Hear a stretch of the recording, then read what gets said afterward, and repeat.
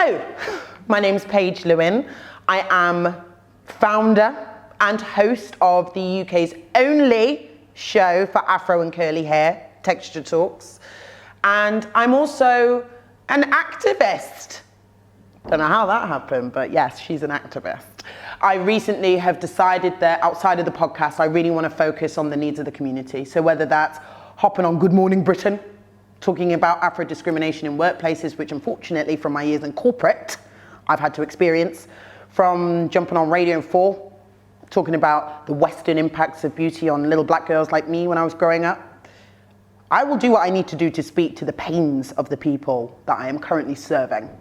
And I think right now the key goal for me is making sure that everybody's stories can be heard in whatever format I can do that in. My inspiration for launching Texture Talks was being constantly confused. Like, what am I supposed to do with my hair? How am I supposed to look after it? What products am I supposed to buy? And is grandma's advice okay? Is that sufficient? Or do I trust this random woman in LA on YouTube? Like, what am I supposed to be doing here? No one seemed to be able to tell me. And then I realized everybody else was also confused. And at this point, when I really decided to do it, I was bold. So obviously, I was really trying to find a way out. And my mum spoke to me quite honestly and was like, look, you hope to have, I already told her I want to have a tribe of kids one day. I'm talking like 4 or 5. So it's more than likely these kids are going to have afro hair. What are you going to do? So I was like, okay. Fair play, harsh but true. So how can I learn, selfishly, about my own hair from people that really know what they're talking about, right? I'm not talking about just any old person who's going to be able to teach me how to do a pony and lay my baby hairs. I mean somebody that's really got education, right? Or life experience. But then also share that with other people, because it's not just me. And I thought about it and started Googling podcasts for myself. I didn't really want to start a podcast. Like, the real of the situation is I didn't want to start a podcast. I just couldn't find one. Not one that was active and was speaking to a range of different voices. I wanted my perspective. I wanted to understand things I never knew before. And I wanted it to be regular so I could rely on it as a constant resource. And I didn't find anything. So I was like, cool, I'll make it. How I choose my topics and guests. So, a lot of time I ask my community. I ask people. It seems like a really obvious thing to do, but I know a lot of times there's podcasts and there's events that people run and shows they make. They ain't asking anybody if anybody wants it. There's a team of people at the top that are making that decision for themselves and saying, yeah, I think that community would really love that. But have you asked the community? I didn't think so. So I was like, okay, cool, let me just ask people. And let me also dig into the treasure troves of trauma to look at my life experiences and be like, what's really griped me? What's bothered me? And that's why we started the first filmed podcast with relaxers. Relaxers took a lot from me. My God. So I wanted to try and help those where they, like me, they suffered with it. And it felt like an obvious thing to discuss. And the sad fact is, a lot of the topics were obvious because we have so many things that we need to get answers to. It wasn't hard. Learning how to read product labels, ingredients, relaxers, texturism. Like, these were all very obvious things to discuss. So finding the topic wasn't very hard. And as the community grew, a lot of people were very open to putting themselves forward as guests. So as I said, and I've always said, Texture Talks is a community project, and finding the guests and the topics were not very hard because the community helped me. How has this podcast impacted my personal life? Well, before I started this podcast, I was burning myself out in a 9-to-5 sales job. Really unhappy. Wasn't being treated particularly well, if I'm honest. And on that rat race for commission, more money, promotions kind of, but it just felt like that was it. And I thought to myself, this can't be it, like, this until I die. I'm 30, like there's got to be other things I can do. And I've always had a creative outlet, something I've done. And at this point in my life, before I did the podcast, I didn't have anything. And I just felt very numb. I felt like I was going through the motions a little bit, where as depressing as it sounds, someone could hit me with a car and I probably would just be like, yeah, fair. Because I was just bored and I was wondering what the meaning was, why am I here? So when I find this podcast now, and I say find, make, I'm now feeding that void, that feeling of what on earth have I been put on the planet for, now starts to slowly make sense. I'm thinking, oh, it could be this. And then another big piece of my puzzle in my life is I've felt isolated a lot. So I'm a single child. My mum wanted more kids, but obviously people's sons can't act right. So she ended up with just me.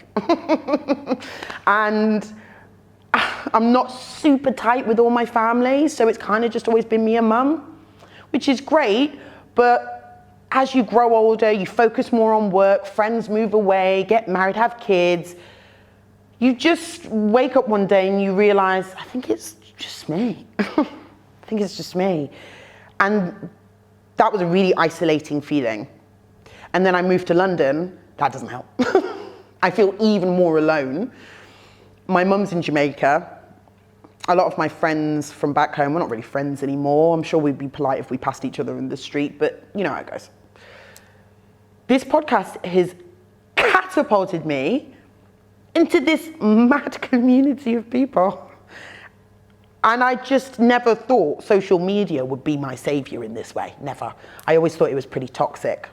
I hated the concept of influencers, I didn't get it. And as much as I actually relied on a lot of them.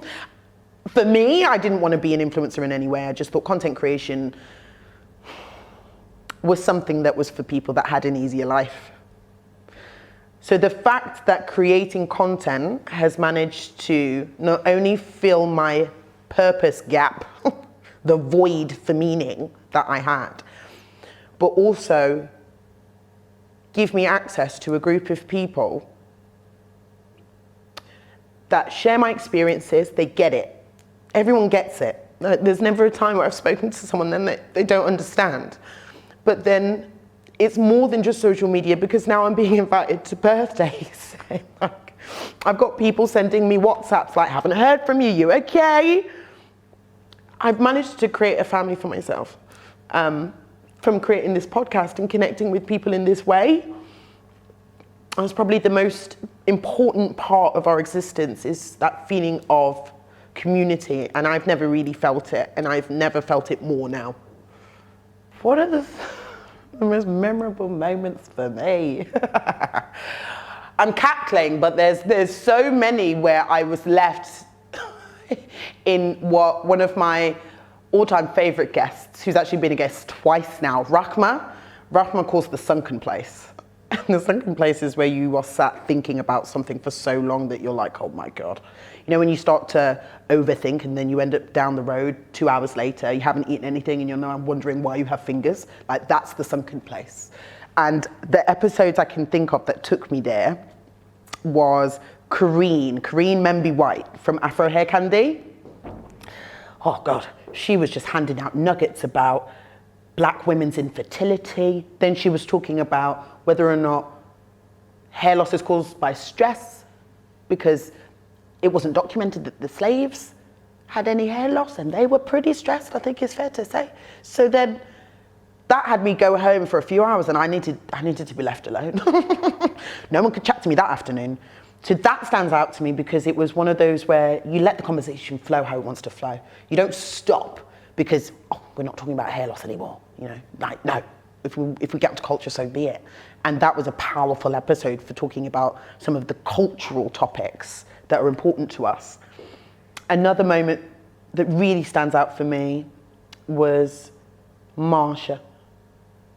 Marsha Martin is just such an incredible pillar in our community. She's focused so heavily on helping those of us that have special needs children and are sole carers or mothers and have no support, we fall through the gaps. Like there's very little in the way of people that are reaching out to give us funding and resource to be able to help us get through it. So her episode was so emotional. The way I was trying to hold it together and just not cry.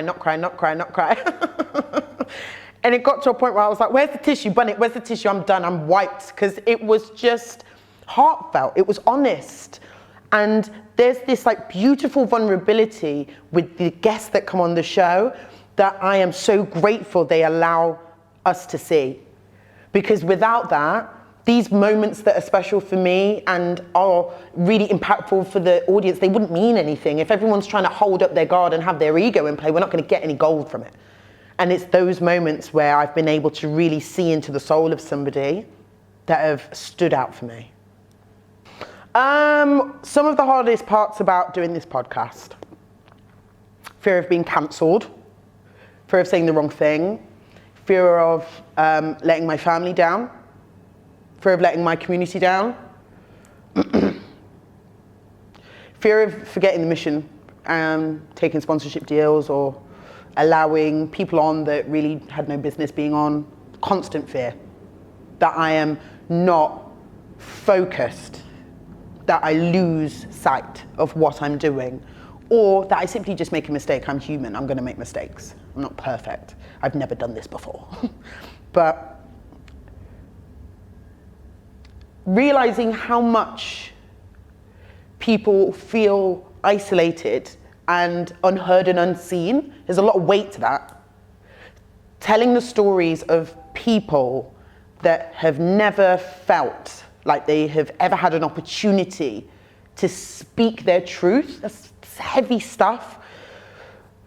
And I wanna be the person to help with that. But if I mess up, if I tell your story in the wrong way, if I make an inappropriate, off-the-cuff comment at the wrong time, it could throw the whole thing off. It can make the space I'm trying to create for us no longer a safe space. So the hardest part in one part of it is making you guys proud. I don't want to let you guys down. And it's really stressful sometimes knowing what the right path is, whether I should just ignore something and let it go, whether in doing so I'm actually being implicit in some of the toxicity in our environment and in our community. Sometimes saying nothing is just as bad as doing something wrong. So it's that constant battle, whether on social media or on the podcast, as to how far do we take this. The other part is just exhaustion and knowing when to stop and feeling like I can't stop because if I don't do this, I don't know who else will. On those days where, and trust me, there's been so many, I've been at the end of my tether in terms of just personal stuff, family stuff, friend stuff. And I just thought, I don't think I'm gonna be able to do this podcast, you know? Or I don't think I have the energy to edit it. I've been sat in tears, tired, because I just feel like I haven't got it in me. The hardest part is being able to get up and do it anyway. Because there are people that have messaged me and told me that they wait for the podcast. They wait for it. And it never in my wildest dreams would I ever thought I'd get to a point where someone's saying to me, I think the podcast was like 15 minutes late. And she was like, are you publishing it today? I was like, yes, my good sis, I'm coming. And it's that level of fulfillment that drives me, but battling that with knowing when to just rest, it's hard, man. It's something I'm still learning now. Yes, okay. Let's talk about the creative production side. Let's talk about making this thing. Oh my God. So at the beginning of my journey, I didn't know anything. I was Googling everything. And I downloaded about 12 apps, 3 pieces of software, signed up for like 10 subscriptions. just to see what won. I was like, let me just try little things and see what I need. And that's kind of one of the biggest things I realized over time. You'll work out what you need. You'll work out what the key staple pieces of software are, and you'll find your way over time. The biggest behind the scenes thing I hate is editing the audio. I will never lie, I hate it. Because you start to get real obsessive. You hear someone breathe and you're like, cut. Someone will cough and you'll be like, gap. Silence. And you just can't let certain things go. And one of the biggest lessons I learned with production is when I was just doing audio, I could obsess about these things because there's no visual element. I realized, however, when I was doing the video podcast and I was exporting the audio, I'd leave all those things in. And it was someone that was like, relax, relax, relax, relax. Look at what you're doing. Get your head out the matrix and realize that you're allowing all these ums and buts and this for the video podcast. You can let them stay in for the audio. It's not that deep. And it was one person that said the amount of times that people that create, we get obsessive. We think you notice this, you notice the color on this. One time I almost didn't want to publish a whole podcast episode because there was a little bit of mascara on my eyelid. My videographer knows that this is true. I was trying to find ways around it. He was like, there's nothing we can do for you. Okay, relax. I have obsessed about the stupidest things, but coming to the conclusion that it's the content. That's why people are there.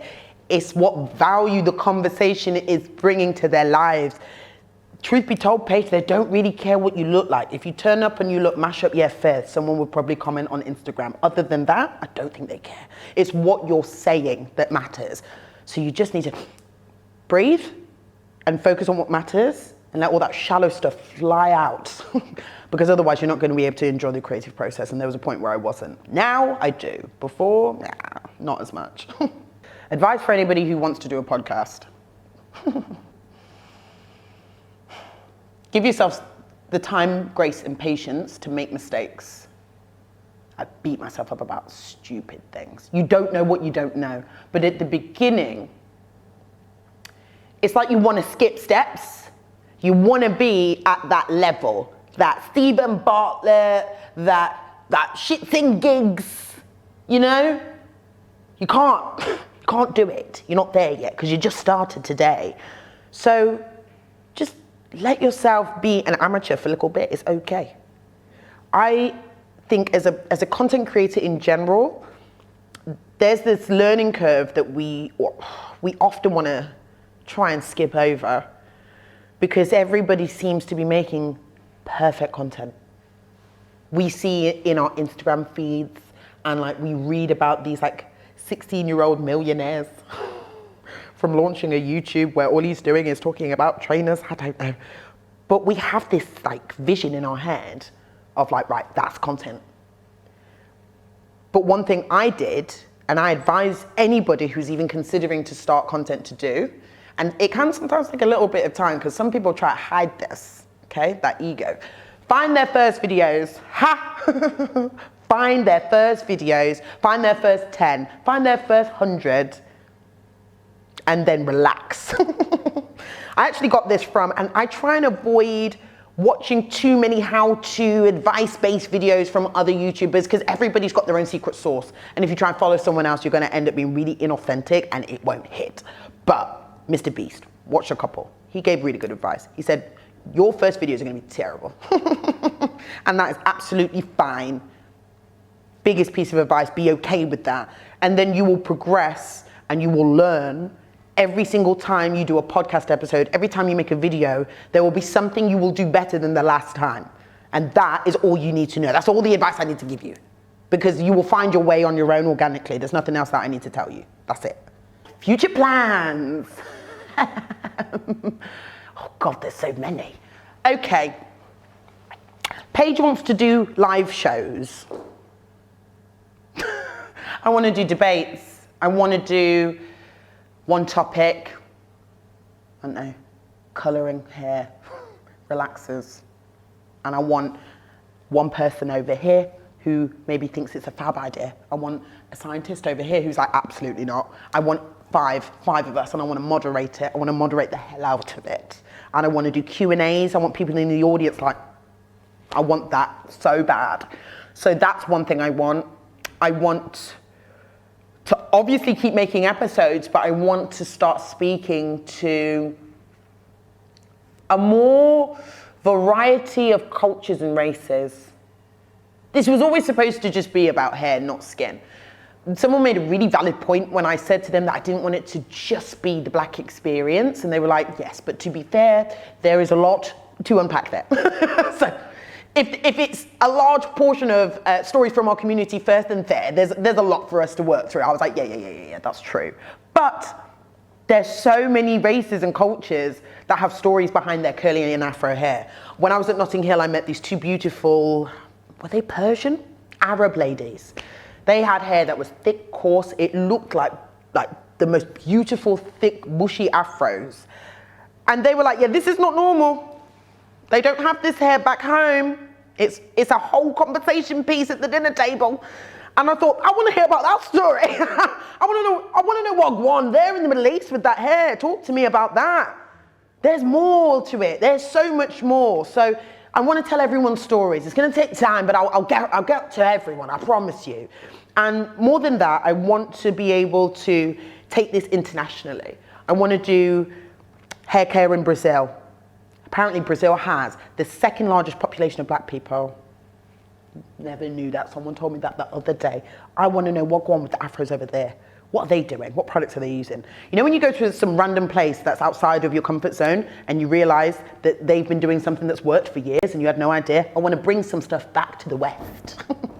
And I want to be able to talk to a variety of different cultures globally. Because we've all got stories to tell. It's not just us here because I'm in London, right? How do I hope the show can help the community? It's an interesting question, you know. It's an interesting question because I might want it to educate.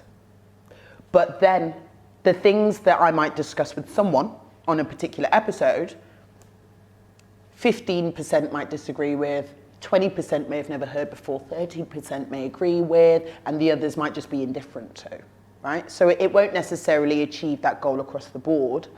But what I do really want is I want connection. I want us to stop stressing and struggling alone in our silos and understand that these are shared experiences. It's not just you. And that feeling of isolation is something I'm so used to feeling, especially when it comes to my hair care. Even when starting the natural hair care journey that I'm on at the moment, it felt like there were a lot of people saying that it's easy. Wasn't easy for me. So then I shied away from telling anybody about my struggles because I thought I was going to get dragged, because I thought my own community would be like, it's easy doing twists, 2-strand knots. It's not. It's not for me. So for the people that are like me, we're just trying. We're trucking along trying, and we've got other things going on in our lives, right? Hair care is not it. A lot of us have kids. We have job, career. We have family members we need to take care of. We've got money we need to stack up. So finding a way that we can navigate our hair care journeys in a more enjoyable way is probably like one of the big things for me. Like, there's so much in our cultures that is very stressful and kind of depressing sometimes. Waking up, looking at your phone, I guarantee there will be something that's triggering that you see, and you're like, again?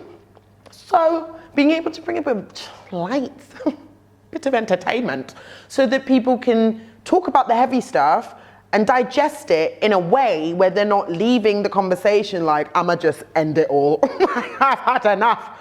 Because there's so many times where you just feel that way. It's exhausting. And everybody's online telling you you're doing it wrong. And everyone's online telling you that it's not right, and you need to do this, and you need to do this, and it's too much. We just need to refine the conversation. We need to be able to get education from it, sure, but more than anything, have that space to talk about it. I just want us to talk about these things more. I want us to talk about them with people outside of our own family. Because that's when the magic happens. I've said this before. when you can start having a dialogue about why we prefer straighter hair, why a style can't just be a style, why we feel that, you know, sometimes we have to look a certain way for a certain job. Instead of us just internalizing these things or having a quick chat with a family member in the living room, why not? Why not have a proper conversation with the wider community? Let's hear how everybody else's experiences have been for them, and let's find a way that we can feed into each other's painful moments and make something special out of it, so that we no longer feel like we're walking that journey alone. And if I can pull us together in that way, allow the conversation to keep going, then I think I'll have done part of my job. My mission will probably never end. I'll get to like 90 and still be out here trying to find ways to like elevate the podcast.